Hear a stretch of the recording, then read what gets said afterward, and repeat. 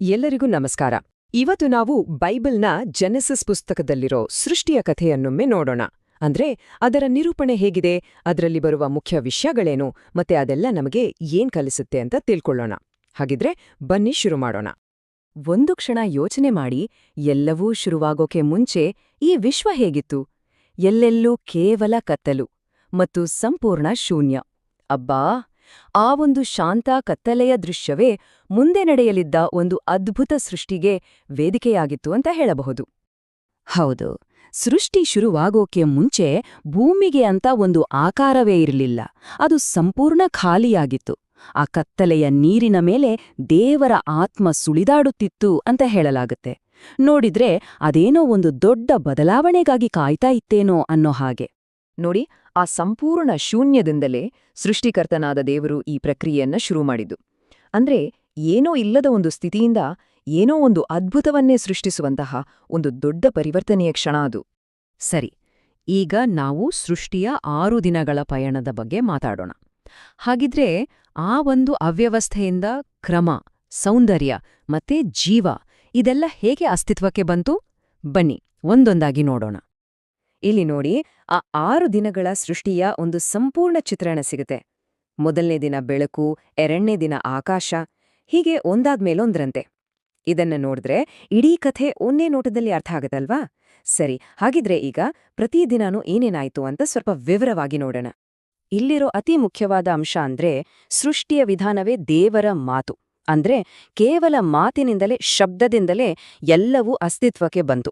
ಇದು ದೈವಿಕ ಶಕ್ತಿ ಮತ್ತು ಅಧಿಕಾರದ ಒಂದು ದೊಡ್ಡ ಸಂಕೇತ ಅಂತಾನೆ ಹೇಳಬಹುದು. ಮೊದಲ 3 ದಿನಗಳಲ್ಲಿ ಜಗತ್ತಿಗೆ ಒಂದು ಅಡಿಪಾಯ ಹಾಕಲಾಯಿತು. ಪ್ರತಿಯೊಂದು ಅಂಶವನ್ನು ಒಂದರಿಂದ ಇನ್ನೊಂದನ್ನು ಬೇರ್ಪಡಿಸಲಾಯಿತು. ಅಂದ್ರೆ ಕತ್ತಲೆಯಿಂದ ಬೆಳಕು, ಆಕಾಶದಿಂದ ನೀರು ಮತ್ತೆ ಸಮುದ್ರದಿಂದ ಭೂಮಿ. ಹೀಗೆ ಜಗತ್ತಿಗೆ ಒಂದು ಸ್ಪಷ್ಟವಾದ ರೂಪ ಸಿಕ್ತು. ಸರಿ, ಜಗತ್ತಿಗೆ ಒಂದು ರೂಪ ಬಂತು. ಆದ್ರೆ ಅದು ಖಾಲಿ ಇತ್ತು. ಅದನ್ನು ತುಂಬುವವರು ಯಾರು? ಅಲ್ಲೇ ಎರಡನೇ ಹಂತ ಶುರುವಾಗಿದ್ದು. ಈ ಹೊಸದಾಗಿ ರೂಪುಗೊಂಡ ಪರಿಸರಕ್ಕೆ ಜೀವ ತುಂಬಲಾಯಿತು. ಆಕಾಶಕ್ಕೆ ಸೂರ್ಯ, ಚಂದ್ರ, ನಕ್ಷತ್ರಗಳು, ನೀರಿಗೆ ಜಲಚರಗಳು, ಮತ್ತೆ ಭೂಮಿಗೆ ಪ್ರಾಣಿಗಳು, ಕೊನೆಗೆ ಮನುಷ್ಯರನ್ನು ಸೃಷ್ಟಿಸಲಾಯಿತು. 6 ದಿನಗಳ ಸೃಷ್ಟಿ ಮುಗಿದ ಮೇಲೆ ಸೃಷ್ಟಿಕರ್ತ ತಾನು ಮಾಡಿದ ಎಲ್ಲವನ್ನೂ ನೋಡಿ ಇದು ತುಂಬಾ ಚೆನ್ನಾಗಿದೆ ಅಂತ ಹೇಳಿದ್ನಂತೆ. ಇದು ಕೇವಲ ಒಂದು ತೃಪ್ತಿಯ ಮಾತಲ್ಲ, ಇದು ಪರಿಪೂರ್ಣತೆಯ ಒಂದು ಘೋಷಣೆ. ಪ್ರತಿಯೊಂದು ಸೃಷ್ಟಿಯೂ ತನ್ನ ಉದ್ದೇಶವನ್ನು ಪೂರೈಸುತ್ತಿತ್ತು ಅನ್ನೋದರ ದೃಢೀಕರಣ. ಸರಿ, ಈಗ 6ನೇ ದಿನ ನಡೆದ ಒಂದು ವಿಶೇಷ ಸೃಷ್ಟಿ ಅಂದ್ರೆ ಮಾನವಕುಲದ ಬಗ್ಗೆ ಮಾತಾಡೋಣ. ಅವರಿಗೆ ಯಾಕೆ ಇಷ್ಟೊಂದು ವಿಶೇಷ ಸ್ಥಾನ, ಮತ್ತೆ ಅವರಿಗೆ ನೀಡಲಾದ ಆ ಜವಾಬ್ದಾರಿಯ ತರಿ ಏನು? ಬನ್ನಿ ನೋಡೋಣ. ಇದು ಮನುಷ್ಯರ ಸೃಷ್ಟಿಯ ಒಂದು ಬಹಳ ಮುಖ್ಯವಾದ ಕ್ಷಣ. ಇಲ್ಲಿ ನಾವು ನಮ್ಮ ಸ್ವರೂಪದಲ್ಲಿ ಅಂತ ಹೇಳಿರೋದು ತುಂಬನೇ ಕುತೂಹಲಕಾರಿ. ಹೌದು, ನಾವು ಅನ್ನೋ ಈ ಒಂದು ಪದ ಅನೇಕ ದೇವತಾಶಾಸ್ತ್ರೀಯ ಚರ್ಚೆಗಳಿಗೆ ಕಾರಣವಾಗಿದೆ. ಹಾಗಿದ್ರೆ ದೇವರ ಸ್ವರೂಪದಲ್ಲಿ ಸೃಷ್ಟಿಯಾಗೋದು ಅಂದ್ರೆ ನಿಜವಾಗಿ ಏನು? ಇದರ ಅರ್ಥ ಪ್ರತಿಯೊಬ್ಬ ಮನುಷ್ಯನಲ್ಲೂ ಒಂದು ಸಹಜವಾದ ಮೌಲ್ಯ ಇದೆ ಮತ್ತು ಅವರೆಲ್ಲರೂ ಆ ದೈವಿಕತೆಯ ಒಂದು ಪ್ರತಿಬಿಂಬ ಇದ್ದಾಗ. ಇದು ಬೇರೆ ಯಾವ ಸೃಷ್ಟಿಯಲ್ಲೂ ಇಲ್ಲದ ಒಂದು ವಿಶೇಷತೆ ಅಂತ ಹೇಳಲಾಗುತ್ತೆ. ಈ ಆಳಿರಿ ಮತ್ತು ವಶಪಡಿಸಿಕೊಳ್ಳಿ ಅನ್ನೋ ಆದೇಶದಿಂದ ಮನುಷ್ಯರ ಪಾತ್ರದ ಬಗ್ಗೆ 2 ಬೇರೆ ಬೇರೆ ದೃಷ್ಟಿಕೋನಗಳು ಹುಟ್ಟಿಕೊಳ್ತವೆ. ಮೊದಲನೇದು, ಇದು ಸೃಷ್ಟಿಯ ಮೇಲೆ ಮನುಷ್ಯರಿಗೆ ಸಂಪೂರ್ಣ ಅಧಿಕಾರ ಕೊಟ್ಟ ಹಾಗ, ಅಥವಾ ಎರಡನೇದು, ಒಬ್ಬ ಜವಾಬ್ದಾರಿಯುತ ಪಾಲಕನ ತರ ಒಬ್ಬ ರಾಜ ತನ್ನ ಪ್ರಜೆಗಳನ್ನ ನೋಡ್ಕೊಳ್ಳೋ ಹಾಗೆ ಈ ಸೃಷ್ಟಿಯನ್ನ ನೋಡ್ಕೊಳ್ಬೇಕು ಅನ್ನೋದಾ?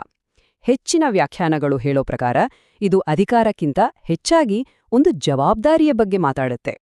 ಹೀಗೆ 6 ದಿನಗಳ ಸೃಷ್ಟಿ ಮುಗಿತು. ಹಾಗಾದ್ರೆ 7ನೇ ದಿನ? ಆ ದಿನ ಏನಾಯ್ತು? ಅದು ಸುಮ್ನೆ ಒಂದು ರೆಸ್ಟ್ ಡೇ ಆಗಿರ್ಲಿಲ್ಲ.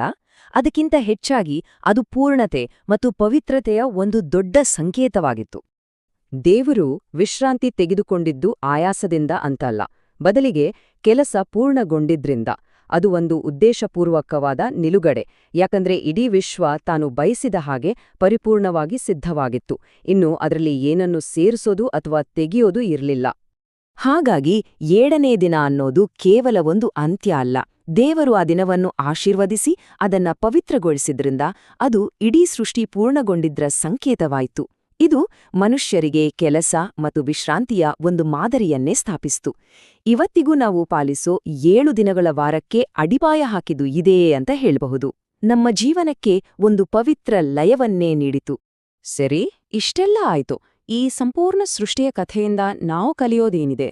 ಇದರ ಹಿಂದಿರುವ ಆಳವಾದ ನೈತಿಕ, ತಾತ್ವಿಕ ಮತ್ತೆ ಆಧ್ಯಾತ್ಮಿಕ ಪಾಠಗಳೇನು? ಬನ್ನಿ ಅದನ್ನೀಗ ನೋಡೋಣ. ಈ ಕಥೆಯ ಮುಖ್ಯ ಪಾಠಗಳು ಇದೆಲ್ಲ ನಮ್ಗೆ ಯಾಕೆ ಮುಖ್ಯ ಅನ್ನೋ ಪ್ರಶ್ನೆಗೆ ಉತ್ತರ ಕೊಡುತ್ತೆ. ಮೊದಲನೆಯದಾಗಿ, ದೇವರು ಎಷ್ಟು ಶಕ್ತಿಯುತ ಮತ್ತು ಸೃಜನಶೀಲ ಅನ್ನೋದು ಗೊತ್ತಾಗುತ್ತೆ. ಎರಡನೆಯದಾಗಿ, ಈ ಜಗತ್ತು ಒಂದು ಕ್ರಮಬದ್ಧವಾದ ರಚನೆಯನ್ನು ಹೊಂದಿದೆ. ಮೂರನೆಯದಾಗಿ, ಮತ್ತು ಬಹುಶಃ ಅತಿ ಮುಖ್ಯವಾಗಿ, ಭೂಮಿಯನ್ನ ನೋಡಿಕೊಳ್ಳೋ ಒಂದು ವಿಶೇಷ ಜವಾಬ್ದಾರಿ ಮನುಷ್ಯರ ಮೇಲಿದೆ. ಅಷ್ಟೇ ಅಲ್ಲ, ವಿಶ್ರಾಂತಿ ಮತ್ತು ಚಿಂತನೆ ಅನ್ನೋದು ನಮ್ಮ ಜೀವನದ ಅತ್ಯಗತ್ಯ ಭಾಗಗಳು ಅನ್ನೋದಲ್ಲೂ ಇದು ಹೇಳುತ್ತೆ. ಸೃಷ್ಟಿಯ ಪ್ರತಿಯೊಂದು ಭಾಗಕ್ಕೂ ಅದರದೇ ಆದ ಉದ್ದೇಶ ಮತ್ತು ಮೌಲ್ಯವಿದೆ ಅನ್ನೋದನ್ನ ಇದು ನಮ್ಗೆ ಮತ್ತೆ ಮತ್ತೆ ನೆನಪಿಸುತ್ತೆ.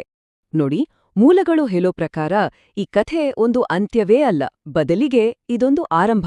ಹಾಗಾದ್ರೆ ಈ ಸೃಷ್ಟಿಯಾದ ಜಗತ್ತಿನಲ್ಲಿ ಒಂದು ಉದ್ದೇಶ ಇಟ್ಕೊಂಡು ಬದುಕೋದು ಅಂದ್ರೆ ನಿಜವಾಗಿಯೂ ಏನು? ಈ ಜವಾಬ್ದಾರಿಯನ್ನ ನಾವು ಹೇಗೆ ನಿಭಾಯಿಸ್ಬೋದು?